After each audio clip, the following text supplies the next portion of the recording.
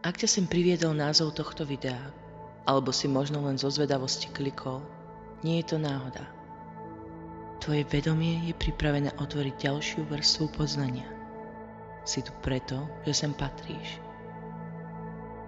Prichádza chvíľa, keď sa zastavíš. Nie preto, že by si chcel, ale preto, že už nemáš kam utekať. Všetko, čo doteraz dávalo zmysel, sa začne rozpadať. Veci, ktoré si považoval za isté, sa rozplynú. A zostane len otázka. Tichá a prenikavá. Prečo by som si toto tvoril? Toto nie je obyčajná otázka. Je to signál. Prvé prepojenie medzi tvojou osobnosťou a tvojím základom.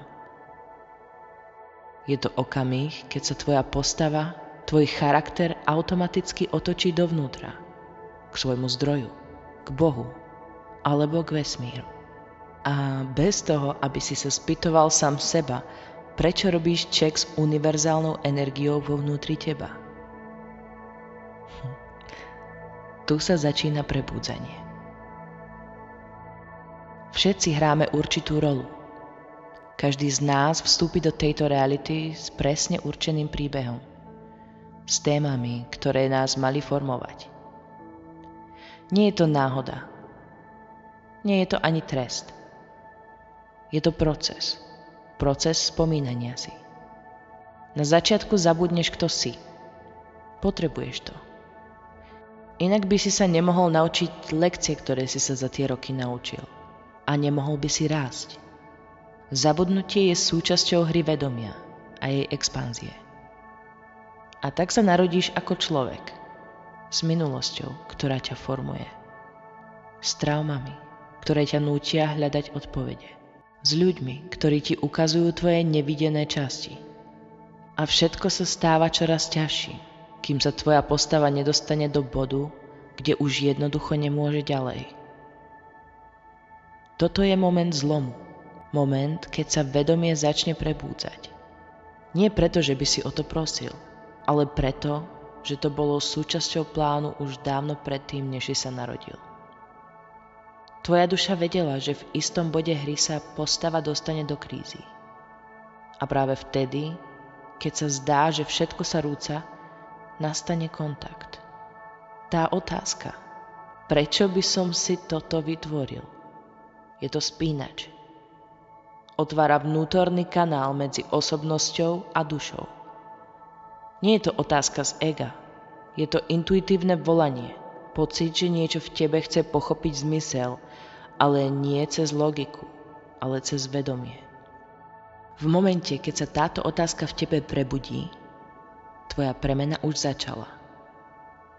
Lebo len tá časť teba, ktorá si pamätá svoj pôvod, je schopná sa takto spýtať.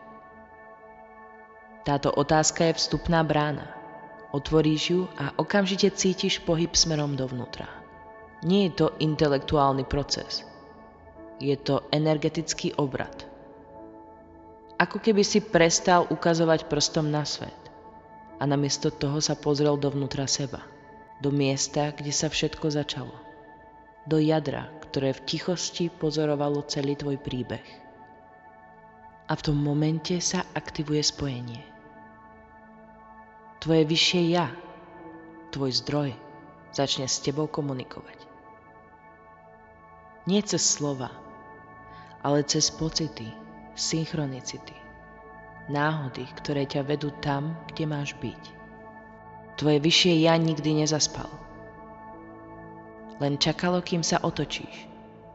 Kým sa tvoja pozornosť presmeruje z vonkajšieho sveta do priestoru, odkiaľ pochádzaš. Aby si mohol začať vnímať, že všetko, čo sa deje, má hlbší význam. Že ťa to neprišlo zničiť, ale prebudiť. V kvantovom svete sa hovorí, že pozorovateľ ovplyvňuje pozorované. A práve v tejto chvíli, keď začneš pozorovať vlastný príbeh z iného miesta, mení sa celá tvoja realita. Nie preto, že by si niečo vymanifestoval, ale preto, že tvoj uhol pohľadu sa konečne zosúladil s pravdou. Všetky tvoje skúsenosti, aj tie najťažšie, boli súčasťou tejto aktivácie. Keď si cítil bolesť, učil si sa súcitu. Keď si cítil strach, učil si sa dôvere. Keď si cítil prázdnotu, učil si sa vnímať zdroj naplnenia vo vnútri.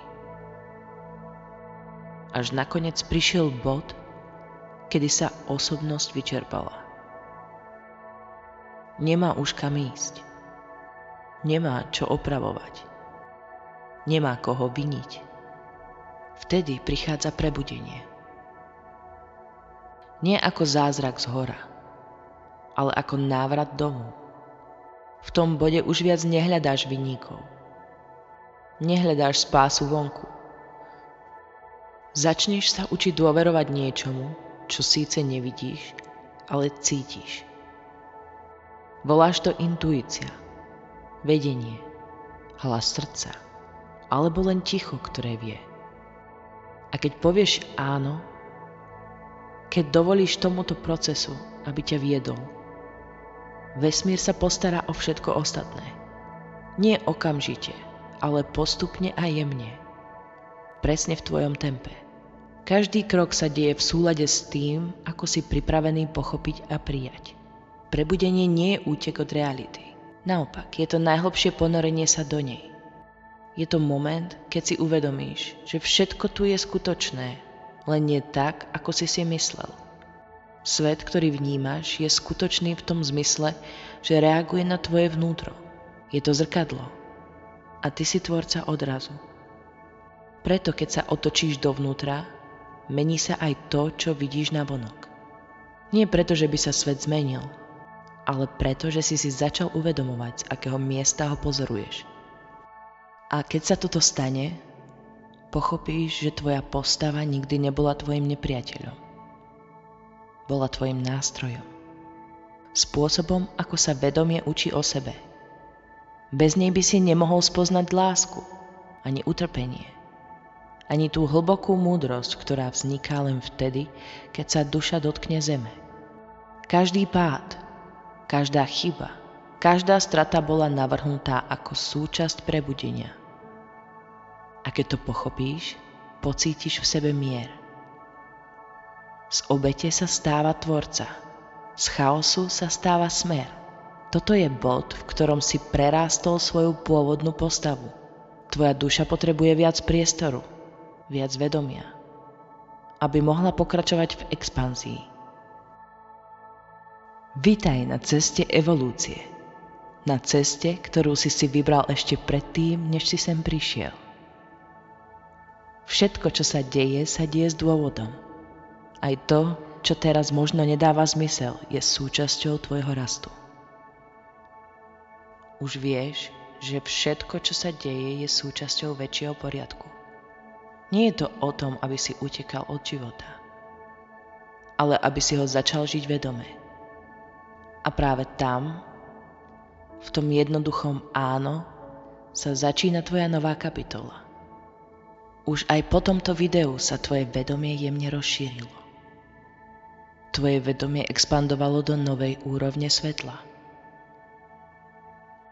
Každé slovo, každý vnem sa zapísal do tvojho poľa. Odteraz cítiš viac.